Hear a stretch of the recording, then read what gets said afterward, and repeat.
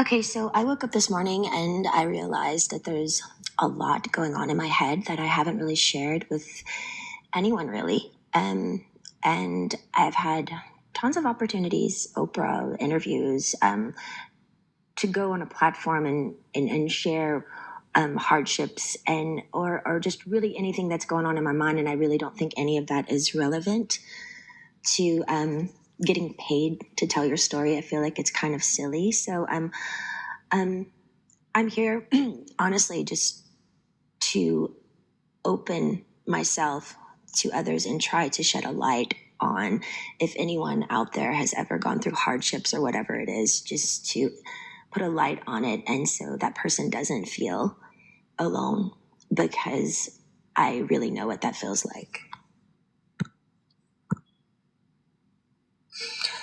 I haven't honestly shared this openly too as well, because I've always been scared of the judgment and definitely the embarrassment of the whole thing, period, and the skepticism and the cynical people of what and their opinions of what people would actually think. I do think I'm in a place now where I'm a little bit more confident that I can be willing to share openly my thoughts and what I've been through, because I haven't really had that outlet to share completely openly for so long, just scared of judgments, thoughts of other people and what they think or what they may say.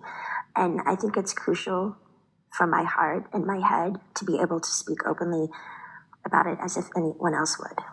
Well, the actual conservatorship actually started, I think, 15 to 16 years ago. I was 25 when it started. I was extremely young. I remember a lot of my friends texting me and calling me, and we were extremely close, and they wanted to see me, but by what had happened, honestly, still to this day, don't know what really I did, but the punishment of my father, I wasn't able to, see anyone or like anything. So, and you have to imagine none of it made sense to me. I literally spoke in a British accent to a doctor to prescribe my medication, and 3 days later, there was a swap team in my home, 3 helicopters, and I remember my mom's best friend and my 2 girlfriends. We had a sleepover the night before. They held me down on a gurner, and again, none of it made sense.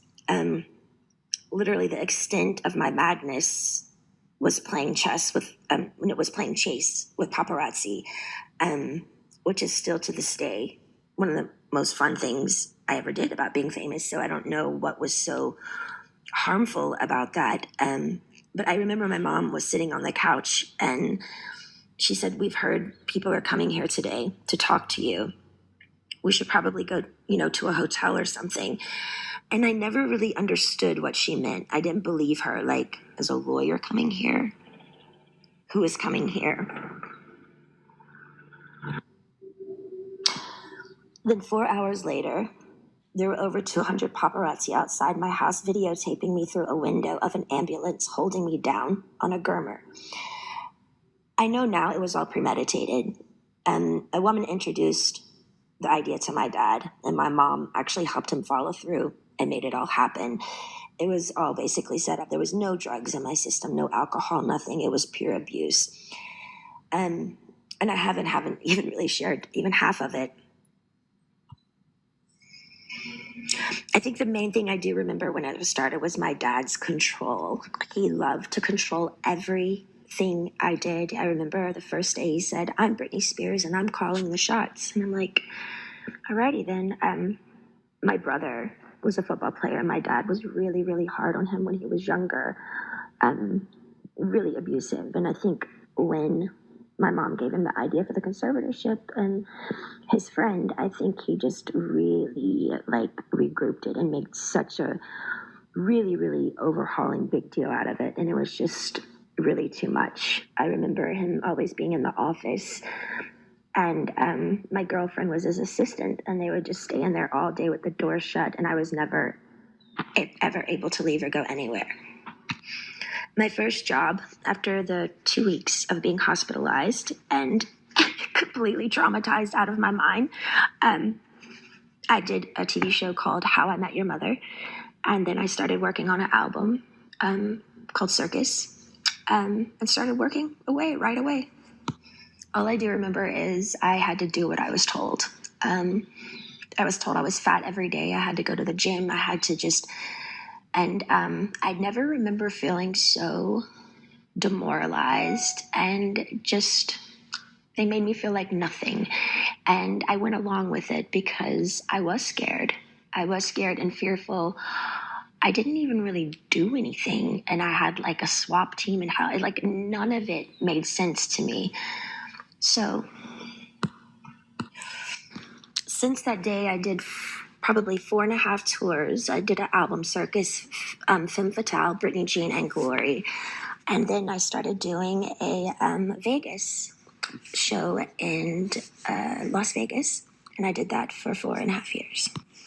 I do remember working, and I got to a point where, you know, because my pride in my 30s, I have to live under my father's rules. And, you know, the dancers are playing and drinking and having fun at nights in Vegas, and I couldn't do anything. And I remember just being like, my performances, I know, were horrible. Like, I even wore wigs, and all the dancers were doing all these nice, sexy head flip turns, and I had conditioner treatment in my hair and like these little caps over my head, and just during a whole show getting conditioner treatments just with wigs on because I was just like a robot. Honestly, I didn't give a fuck anymore because I couldn't go where I wanted to go. I couldn't have the nannies that I wanted to have. I couldn't have cash. And it was just demoralizing. So I was kind of like in this conspiracy thing of people claiming and like treating me like a superstar, but yet they treated me like nothing. Well, for some reason, I started to get a spark back. I remember recording Glory, and for some reason, I think producing and making music, and I went to this little Spanish house, and I got the fire back in my eyes for some reason, and it was at the end of recording Glory, and my son named it, and things started kind of taking a turn because I started getting more confidence just for myself. And I think with confidence, people kind of like, oh, wait, what's going on now? Like, she's speaking up a little bit more, but it might not be particularly a good thing if I'd been quiet for 15 years. I think with confidence comes enlightenment, which makes you think better. And that's the last thing they wanted me to do, was to actually be better, because then who would be in control then? But it was really tricky because I had to just play this role that everything was okay all the time. And I had to go along with it because I knew they could hurt me. So I'm sitting here like my friends all drinking alcohol and having fun in these parties and had no cash. I literally felt like a nun.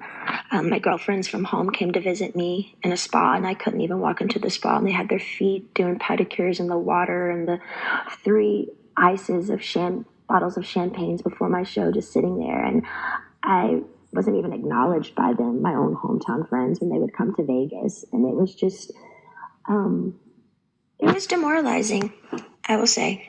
You also have to understand it's like, 15 years of touring and doing shows, and I'm 30 years old under my dad's rules.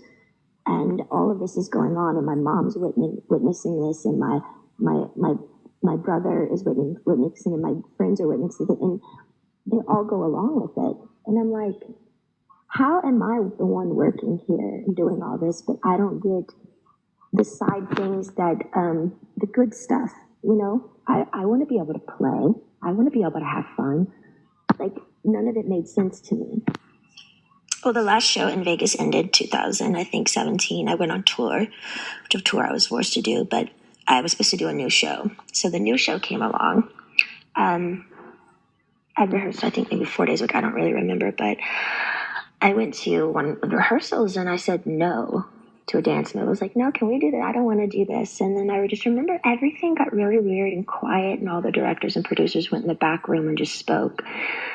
And that was it. And I was like, well, I don't know what's going on. So we all just kind of like, what happened? And then the next day I was told that I had to be sent away to a facility, and that I was supposed to say on my Instagram the reason why is because my dad is sick and I need treatment, which was I didn't want to ever go there. I remember my dad calling me on the phone and I was crying and I was like, why are you guys doing this? Like, what? And I just remember him saying, you have to listen to the doctors. The doctors are going to tell you what to do. I can't help you now. And I remember his last words were, now, you don't have to go, but if you don't go, we're going to go to court and there'll be a big trial and you're going to lose. I have way more people on my side than you. You don't even have a lawyer, so don't even think about it. So I did it. I went to the place. I was scared out of my mind. And none of it, again, made any sense of what they were doing to me. And again, I haven't wanted to share this because it's unbelievably offensive, sad, abusive.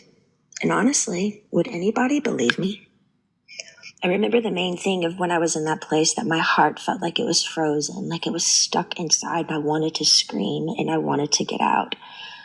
And I think by a needle and thread, it was the breathing peacefully inward that I missed the most. I felt like I was in a state of shock, almost like when an old person feels helpless and they're literally going through some sort of shock treatment and they can't relax their body because they don't have the answers of why they can't have their own keys to their car and put it in the ignition and walk outside, and their own security guards at every door saying they can't go.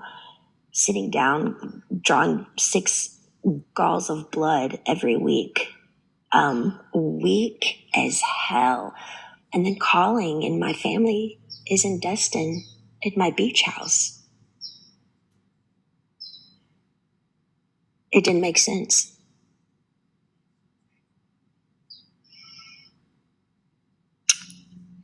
The main thing I to this day, I kind of stopped believing in God at that time because I didn't know how they could have 40 people leave my house a day and me work from 8 to 6 at night. Be seen changed every time I changed in the shower. No privacy, no door, nothing. How did they get away with it? And what the fuck did I do to deserve that?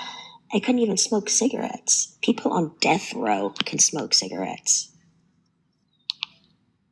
I missed my AA meetings, although I was kind of forced to go to AA, and I'm not even alcoholic. I actually enjoyed it because I thought the people were brilliant. They shared their stories just to share their story, and in a circle of women and men who just are trying to be better people and trying to touch other people.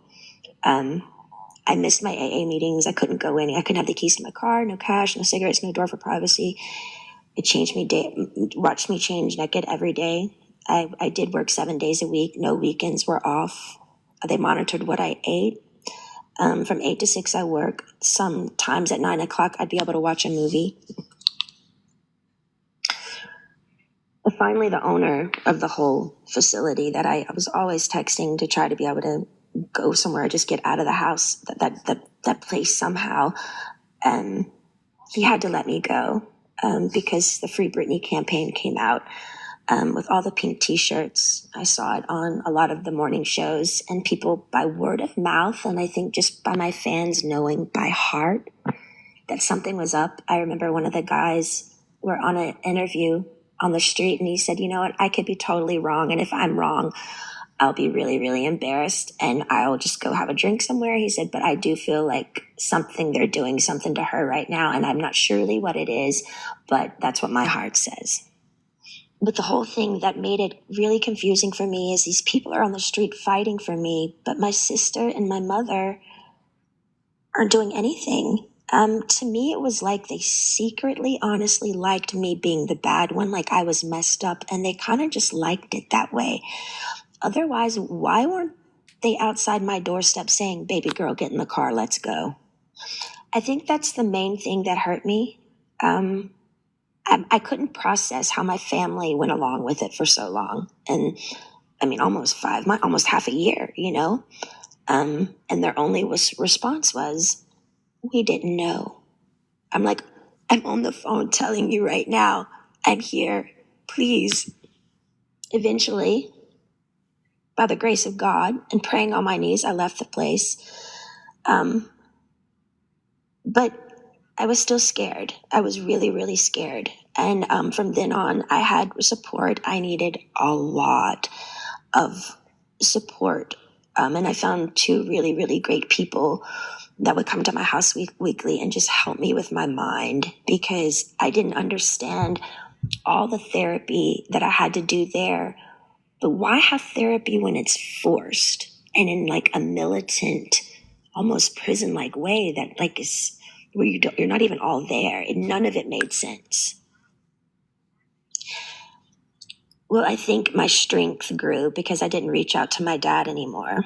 And they were playing the game of ball and twist of, she's going to come running back to us because, we've scared her and we're the bosses here. But I didn't. I just stalled and I stalled and I stalled and I stalled. And finally, I think they just knew I wasn't going back. And I finally got a lawyer. A wonderful friend finally got me a lawyer. And he really helped me through it. To me, the thing was, I think the trauma of all of it and just the whole thing together and going down to how much effort and work and heart I put in to what I did when I did work, even down to the details of how many rhinestones are going to be in my costume. And I cared so much. And they literally killed me. They threw me away. That's what I felt like my family threw me away. I was performing for like thousands of people at night in Vegas, the rush of being a performer, the laughter, the joy, the respect. I was shaking over 40 people's hands every night before a show, training weekly, 3 training sessions a week, AA meetings, therapy sessions. My dad literally, I was a machine. I was a fucking machine. Not even human, almost. It was insane how hard I worked. And the one time I speak up and say no in rehearsals to a fucking dance move, they got pissed. I feel like the scare tactic and how badly they treated me in the end, I think they thought I was going to come begging back to work again because they thought, I needed them. Because they put me in an ignorant, scared state of mind to make me feel like I needed them. And if you don't do what we say, we're going to show you who's boss. I didn't play their game anymore. I got on my knees every day and I prayed. I held on like a needle and thread to some sort of existence because they had made me feel like nothing for so long. I knew in the deepest, deepest part of my core, I knew I'd done nothing wrong and I didn't deserve the way I'd been treated. I do think the hardest thing for me was I wanted to use my feet and leave and run or go somewhere. I had to be placed in a chair from like 8 to 6 every day. I couldn't take it. I talked to rabbis. I've talked to grown men about it. And they're like, we don't see how you did it. Honestly, I don't either. And through that, I remember saying, I don't believe in God anymore. I honestly deserve an award for acting like I was okay every day. I thought they were trying to fucking kill me. I remember one time I was backstage and I needed my inhaler. And I opened up to my assistant because I had my phone with me, which I'm not supposed to have my phone underneath the stage. But I said to her, you know what I'm doing. I was talking to a guy and he wanted to just leave the country with me. We had it all set up to just leave. And it was a secret relationship. And I said, my biggest fear was, what would my dad do if I did do something wrong? What if I left the country? What if they found me? And what would they do? And I said, I feel like they would lock me up or something or really hurt me. And she looked at me and she said, are you kidding me, Britney? Your dad would never do that to you. And I didn't even do anything wrong, and he still did it. I'm honestly more angry at my mom because I heard when reporters would call her at the time and ask questions of what was going on, she would go innocently hide in the house and she wouldn't speak up. It was always like I don't know what to say. I just don't want to say the wrong thing. We're praying for her. I feel like she could have gotten me a lawyer in literally 2 seconds. My friend helped me get one in the end, but every time I made contact with a firm, my phone was tapped and they would take my phone away from me. And again, I get nothing out of sharing all of this. I have offers to do interviews with Oprah and so many people, lots of money, but it's insane.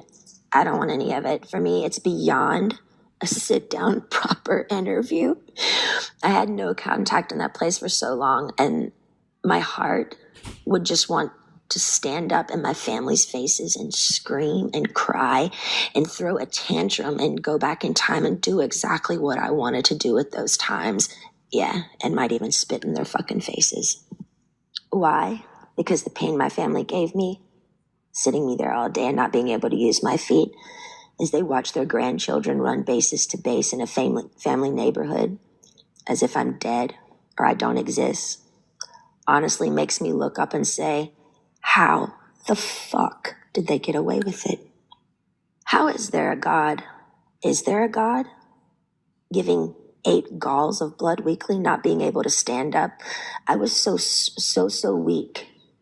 And my family's at my beach house. I was scared, broken. I'm sharing this because I want people to know I'm only human. I do feel victimized after these experiences. And how can I mend this if I don't talk about it? I have an amazing song right now with one of the most brilliant men of our time, and I'm so grateful.